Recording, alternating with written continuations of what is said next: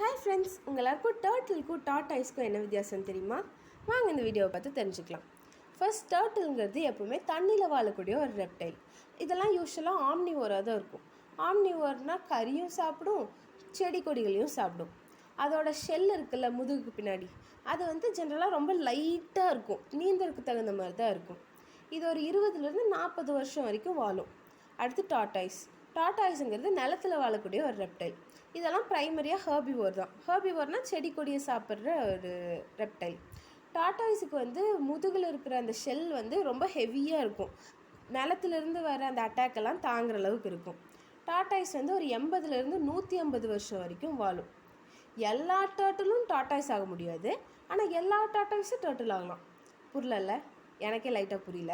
அதாவது எல்லா டர்ட்டில்ஸும், அதாவது தண்ணியில் நீந்தக்கூடிய எல்லா டர்ட்டில்ஸும் நிலத்தில் நடக்க முடியாது. ஆனால் நிலத்தில் நடக்கக்கூடிய டார்டாய்ஸ் எல்லாம் தண்ணியில் நீந்த முடியும். அதோட நேச்சரே அப்படி தான்.